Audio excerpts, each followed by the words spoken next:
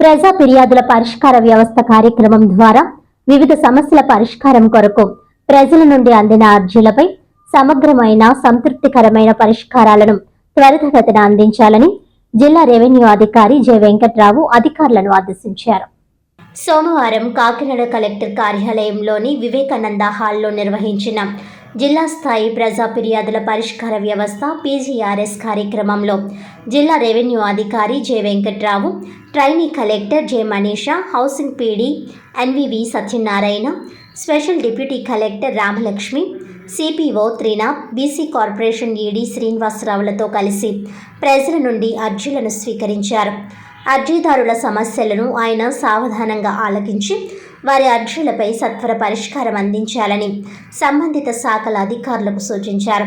ఈ కార్యక్రమంలో ప్రధానంగా రేషన్ కార్డులు, పెన్షన్లు, ఇళ్ల స్థలాలు, ఆక్రమణల తొలగింపు, ఉపాధి కల్పన, సదరం సర్టిఫికేట్ల జారీ తదితర వ్యక్తిగత సమస్యలతో పాటు ఆయా ఆవాసాల్లో ఎదుర్కొంటున్న సామాజిక సమస్యలపై ప్రజల నుండి 351 అర్జీలు అందగా వాటన్నింటినీ పీజీఆర్ఎస్ పోర్టల్లో ఆన్లైన్లో అప్లోడ్ చేసి అర్జీదారులకు రసీదులు అందజేశారు.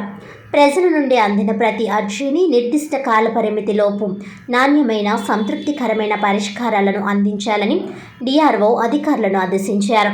ఈ కార్యక్రమంలో జిల్లా స్థాయి అధికారులు, కలెక్టర్ కార్యాలయ సెక్షన్ సూపరింటెండెంట్లు తదితరులు పాల్గొన్నారు.